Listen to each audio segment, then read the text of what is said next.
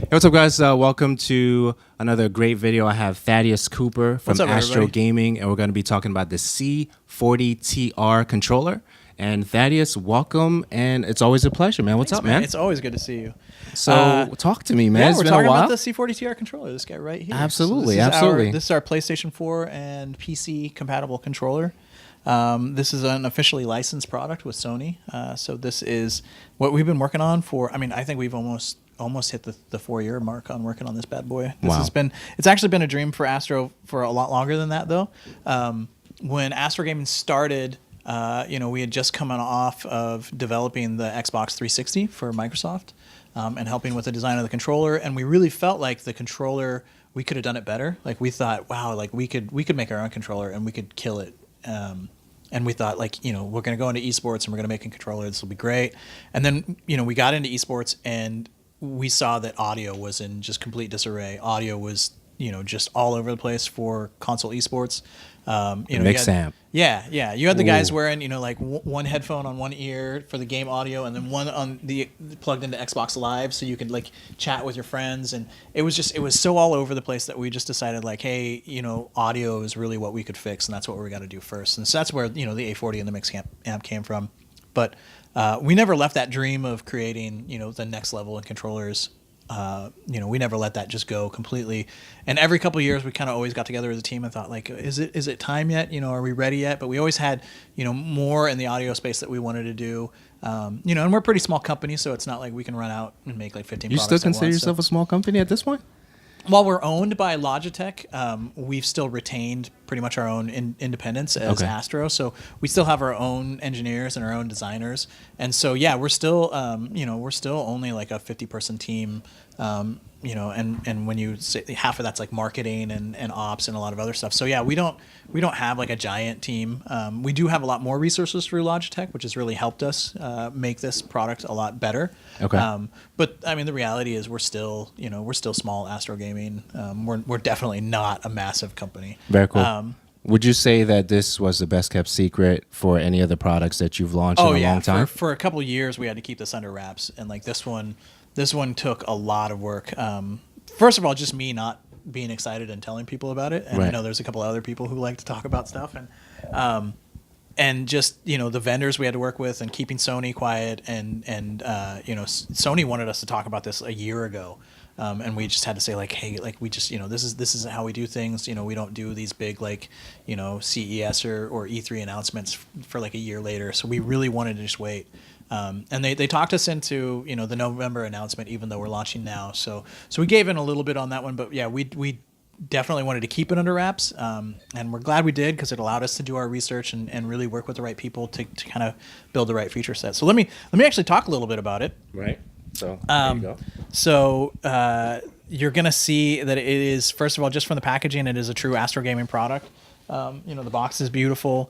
The detail work that we put into it, the construction of the box, when you get to hold it, you're going to feel that it is like a really solid box. But the other thing that's really fun about this is we did kind of a callback to our original mix amp and A40 packaging. So it's got like the red accents. It's got the matte black. If you were to set this down next to our original mix amp package, you would see that this is basically like the little baby brother of the original mix amp. And we kind of wanted to do that just to go back to that roots of like this being, the first product we really wanted to create.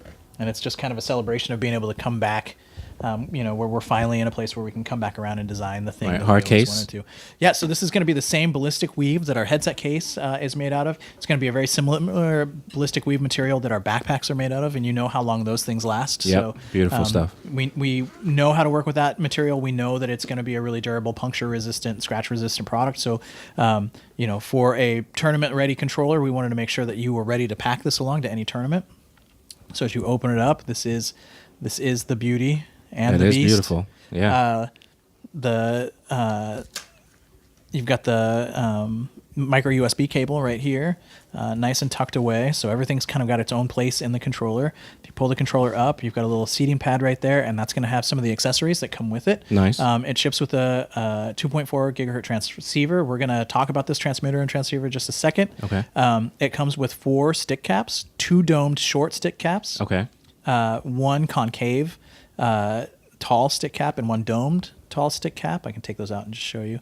These are the tall. Nice. All right. And then these are the short little guys.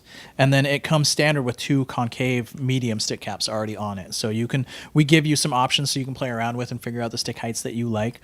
We'll have more stick caps available on the website, some replacements and different sizing stick caps. And then it comes with the C40 tool, which this is what you're going to use to remove the faceplate. Right. That's awesome. We'll get into that in just a second. So on the controller itself, we have a bunch of really great features kind of built into it. Astro Gaming's design philosophy has always been we design to solve problems. So we go into a space and we identify kind of common problems that people face. If there aren't problems, if there's not a glaring problem that we can solve, we tend not to then make a product, make right? a product So on it's that, like right. if we look at it and it is just an amazing, someone has made an amazing product that solves everyone's problems, we're not just going to go recreate that and put our logo on it. So we really looked at controllers and sat down with pro players, and we consider in the pro player range, pro gamers are anyone who makes content or lives off of gaming content. So we're talking competitive pros on esports team, but also live streamers, YouTubers, pretty much everybody. So we wanted input from everybody whose game or life really depended on gaming.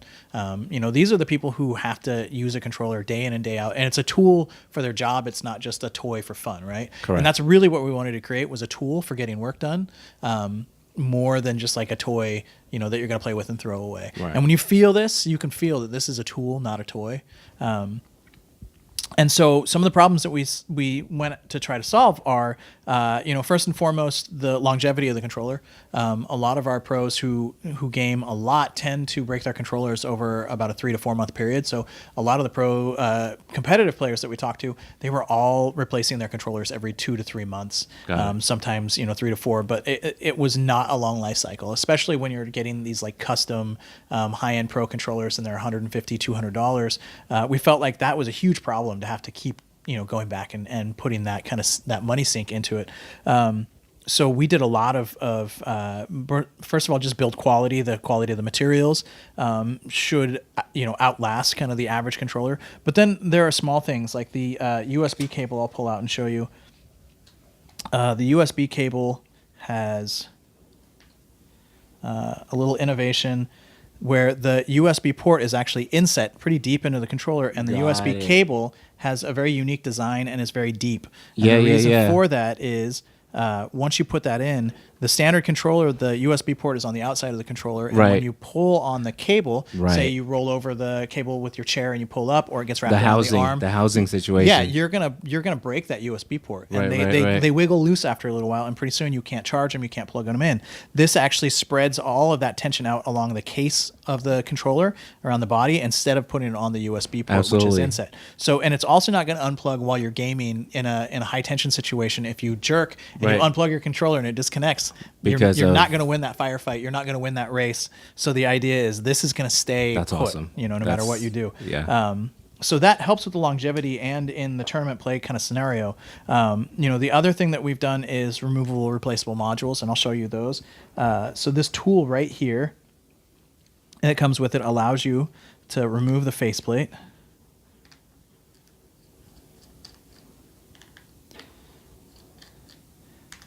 And we went with a faceplate with a tool instead of kind of snap-on parts because of that, again, that build quality and that feel. We wanted to make sure that this felt like it was, this has to be unsecure. These have to remain seated.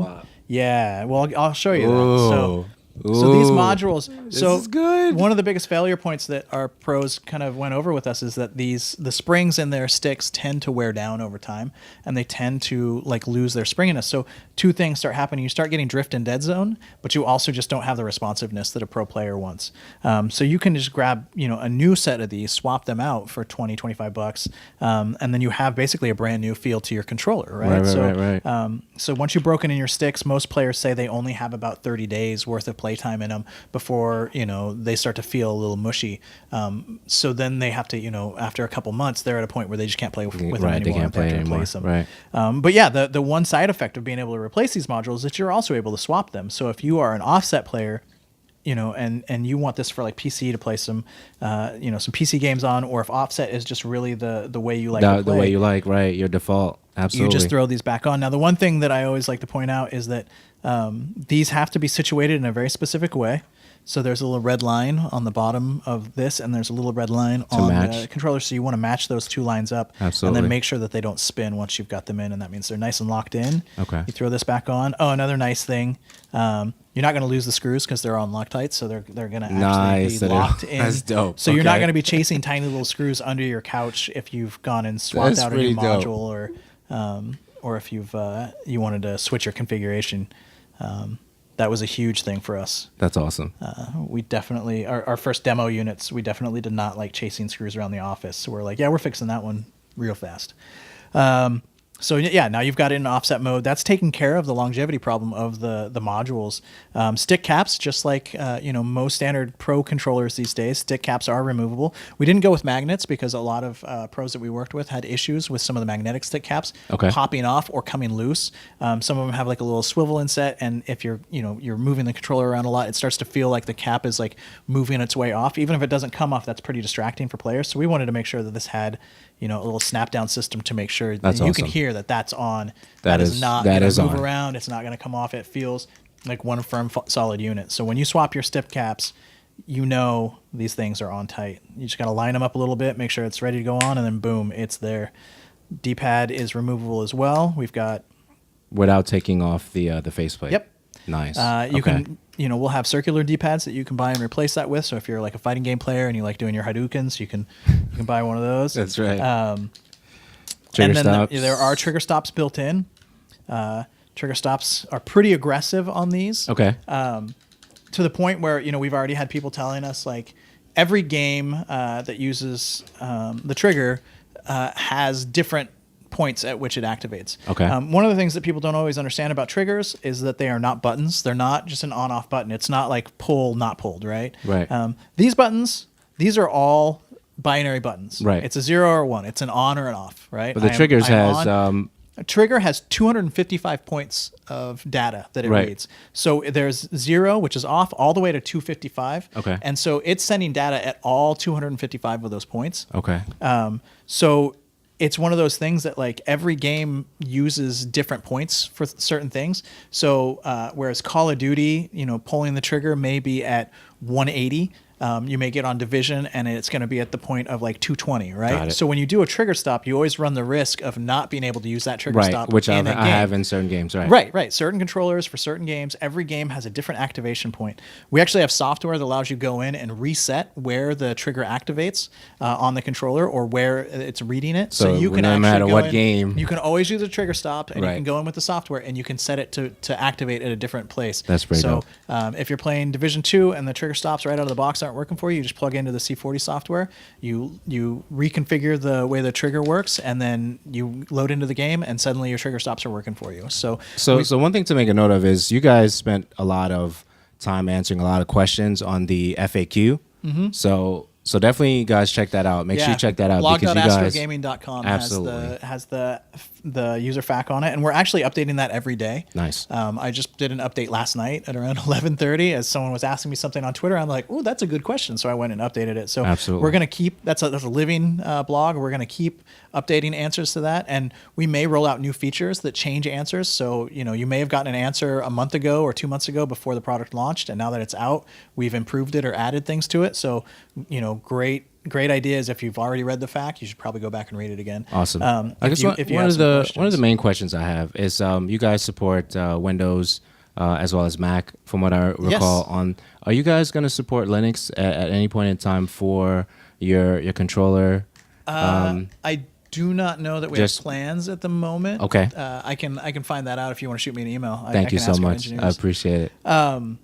So the last thing I want to cover on the outside of the controller, sir. just to dive back into it, we went with underside buttons instead of paddles, and the reason we did that is because of the way that we did a long ergonomic study on this controller, and we really felt like buttons allowed you to hold this in a more natural way, whereas paddles tend to cause you to actually get in the way. You just have to hold it differently, right? Than if you're just gripping it, right? Right. With this, the buttons are on a rocker actuator, so you can actually pull into the sides. So if you hold the sides more, which I do, I grip like this. So I can pull into the side. Right. But if you're somebody who, like, let's say you do claw, right? So you then can actually push go up in the middle. Yeah, you can push at That's any awesome. point on these. So Right, however right. you hold this controller, you're going to be able to find a comfortable way to hold it and activate these buttons without having to move. So like if I'm doing, you know, a hold like this and I've got paddles, suddenly I'm not really holding onto this controller with anything. Right. But I've got buttons now, and so I've got 2 fingers or 4 fingers solidly on the controller, and I'm holding it, and I can still activate the buttons with no problem. That's awesome. So yeah, that's why we went with buttons. We went with 2 buttons because most of the pros that we worked with, the large majority of the pros, said that in most competitive situations they were only using 2 of the buttons, and they felt like 4 got in the way. We are looking at options in the future for what we might do about more buttons, but at the moment this is our 2-button configuration. And so that is the controller. Got some weight to it, man. Yeah, right? Got some weight to it. It's all about that build quality. It's all about the quality of the feel, the durability. You know, when you put that in your hand, you can tell that's going to last for a little while. Absolutely. I was going to take a moment in this video to share with you the actual software. Thaddeus is going to be looking at his laptop and talk about the software, but I wanted to take a moment here to show you the software from my laptop. So let's look at it. So you have the controller is synced. I have the controller plugged in. The USB is plugged in to the laptop right now.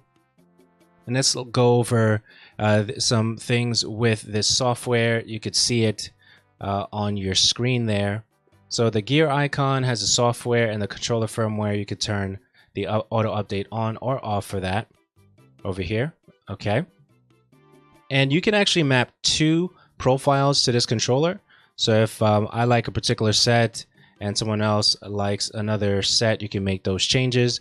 Right now I have my stuff to default, but let's go to the profile so you can see some of the settings. We're going to start with the mapping. So if I wanted, let's say X to be triangle, you can make the adjustments for that and it will save it, shows you the changes right here. Okay. Whatever change that you make, let's say I wanted square to be X or something like that, you can see those changes being made over here. And once you decide, you can sync that to the controller or you can clear those changes, and that's pretty much the setting for this tab. Next tab are the sticks. If you have dead spots or certain spots that you would like to enhance on the sticks, you can make those adjustments just like that.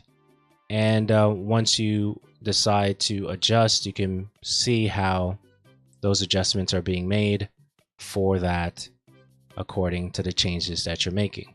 So you can do that either for the left stick or the right stick. Depending on the changes that you make, you can sync to the controller or you can clear the changes if you don't like that. And we'll move on to the triggers. Triggers, you can make those adjustments as well. These are the current triggers. One of my triggers, the right trigger, is actually stopped. So there's a button on the controller that you can do the trigger stops, and I've already stopped it. So these settings are pretty okay for me, but for someone who has certain challenges, they need to make those adjustments on the software. They'll make those adjustments for themselves. I'm just making the adjustment to the left trigger right now. So you can see once I start making the impression on it, the changes are being applied for that. And depending on the changes that you make, you can sync it to the controller. If you don't like those changes, you can clear the changes and go from there. Next thing you have is the audio setup. You have the audio output, your equalizer, you have your microphone. You can make the adjustments to the microphone. Side tone, you can make the adjustments to the side tone. The C40 speaker, you can make adjustments to that as well.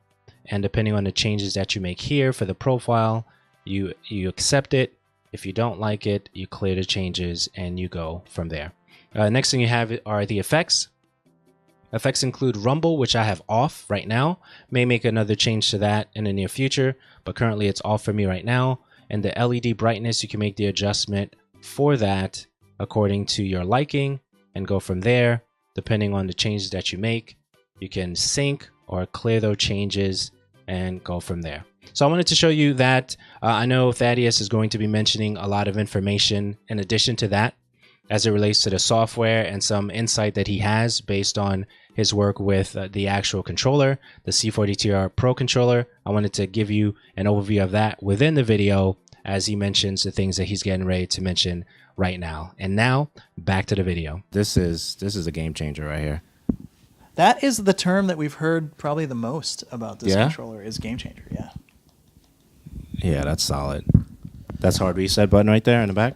No, that is the that's the mapping button. That's the mapping So button. you can map it without software on the fly. Nice. We didn't want you to have like a special tool or have to have a PC and software handy. The hard reset is actually the tiny little hole right tiny- there. okay, right you gotta underneath. Got it, We got don't it, want got it. anybody accidentally hard resetting their controller in the Right. middle of a tournament. That would not be good. Yeah, so we did the remapping on the bottom, and you have to go. It's still a bit of a process because we don't want that to actually happen, randomly either. So let me log in here to my laptop.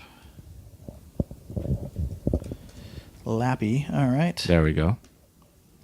So we've got the software loaded up right here. Right. Now, one of the things I want to show you is that there is a profile button on the top of the controller here. So you can save 2 different profiles. So you can all of the remapping I'm about to do can be saved onto 2 different profiles, and you can switch between them. And you can watch right here how quickly, if you want to just flip that button and watch This one here? Yeah. That's how quickly it moves to the next profile.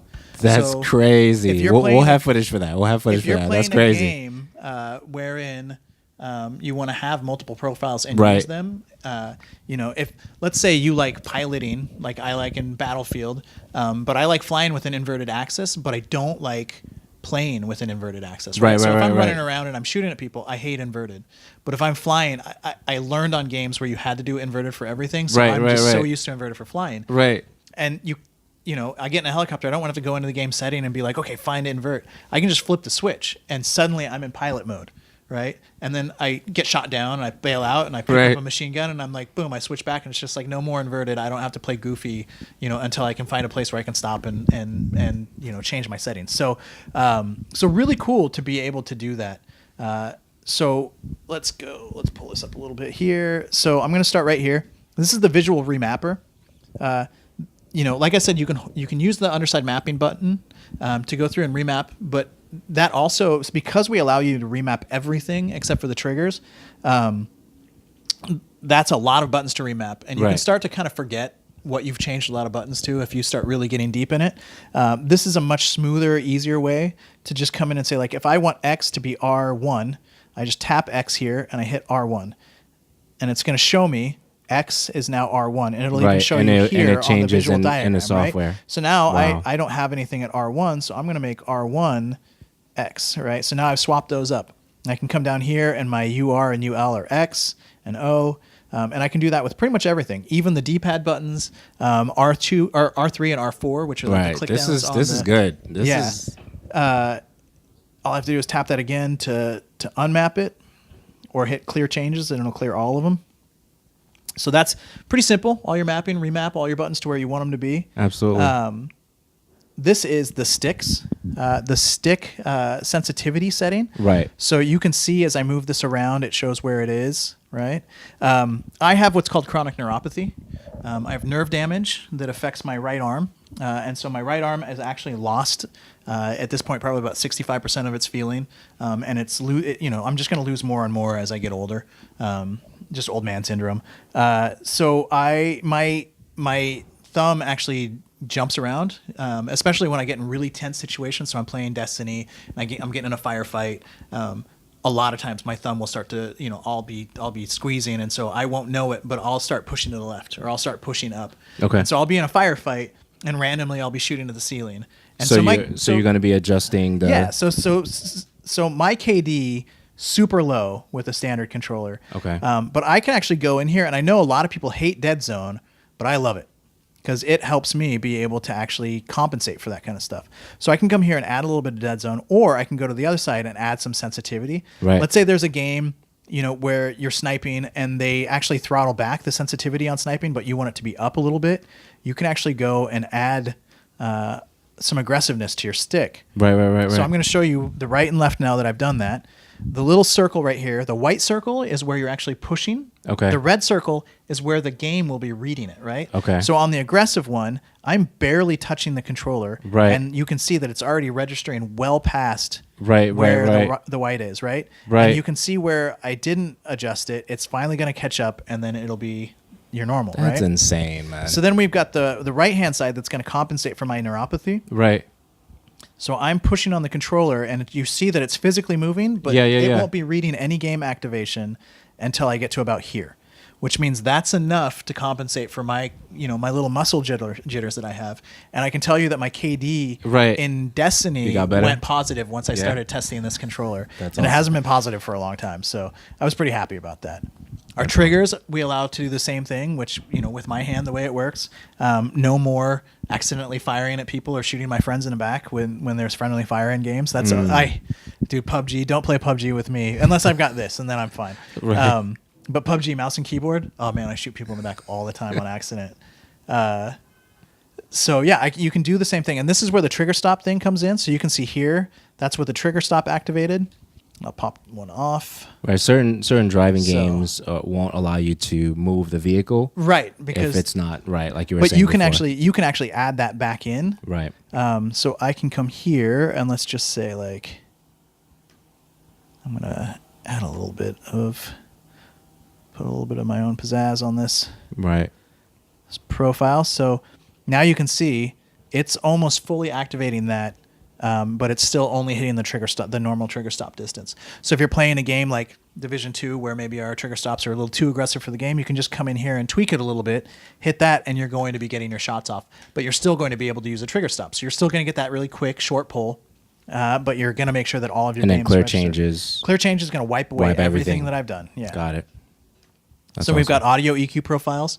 So the reason we went with a transmitter over a Bluetooth, right? In the case is a little wireless transmitter. Instead of going direct connect to the PlayStation, we went with a transmitter because that allowed us to do two things. First of all, we wouldn't have been able to give audio over Bluetooth, right? So if you look at any of our competitors, they're not able to deliver audio if they're doing their wireless mode. It also, Bluetooth doesn't give us the stability and robustness of the connection that we wanted. And so going with our own transmitter, working on our own technology, allows us a much more robust connection, a faster connection, and it gives us the ability to deliver higher quality audio actually than what you're going to get out of the standard Sony controller. So, got it.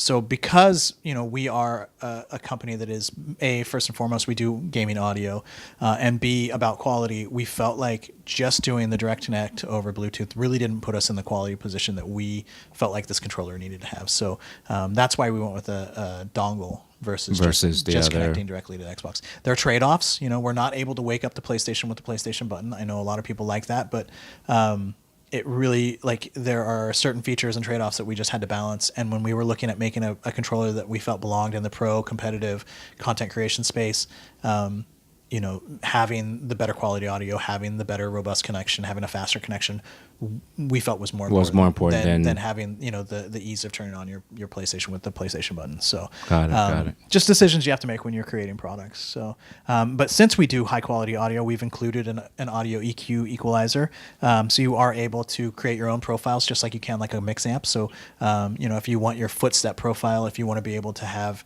more bass, like a more cinematic, you can EQ the heck out of this thing and then make it sound however you want. We've also allowed you to increase or decrease the volume of your microphone. If your friends think you're too quiet or they think you're too loud, you can balance it on your end. We've also put in mic monitoring or side tone. So if you're wearing like a mod kit on your A40, you don't have to yell to hear yourself talk. You can actually just have your controller feed a little bit of your voice back into your headphones. Absolutely. And then the speaker that's actually on the controller, which I always find that when a game actually uses the speaker controller, or the controller speaker, that it scares me because I'm never expecting it, and I'm just like, "Where's that coming from? Like, what's going on?" Right. So you can actually turn that down a little bit if you don't like it, and then just some basic rumble controls. Effects. So you can actually control, both the right and left, determine how much rumble you want in each or none. A lot of the pros we worked with said they like the rumble and the fact that it lets you know that someone's shooting at you, but they feel like the full rumble intensity actually throws their aim off. They're trying to be very precise, and the controller is like shaking in their hands. So they wanted us to be able to give them like 10% of rumble, right? So they can feel it, but it's not affecting the way they play at all. So we gave them full control over that. You can turn it off completely, or you can take it all the way down to like 10%. And then LED brightness, we just put that in there for anybody who plays in like a darker environment and doesn't want to have like a bright light shining from their controller on them. Absolutely. So all of these things can be saved in global profiles. You can save as many of those profiles as you want, and you can put 2 on the controller. And no matter what you plug it into, a PlayStation or a PC, those profiles are part of the way the controller interacts. So it's not like you plug it into a PC and they're suddenly going to be gone. Or you put, it's only going to work on your PlayStation. It's you put them in there wherever you go. That's how the controller works. That's how it's going to be. Wow. Yeah. So wow. All of the original profiles are uneditable.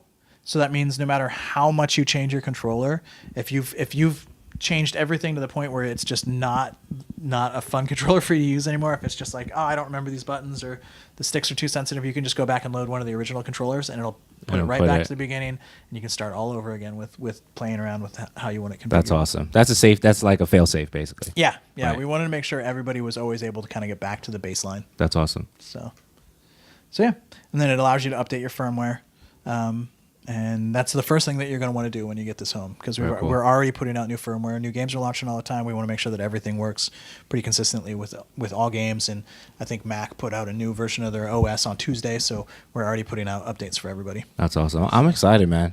I'm excited. Yeah, excited to check it out. Excited to put it through its paces.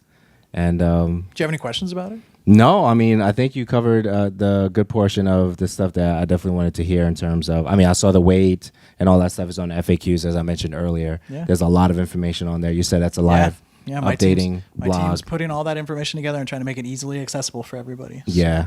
So this is the only color that we'll see for a while? This is the color that's available at the moment, yeah. Okay. Yeah. Okay, anything in the future? I can't talk about that yet. Okay, fair enough. All right. I'm good. Outside of that, retail at $199.99. $199. It's available now. It's available now. So guys, definitely check that out. Don't wait. Yeah, Thadeous Cooper, always a pleasure, man. Dude, so good to see you. Yeah, so good to see you too, man. All right, Thank you. Appreciate it.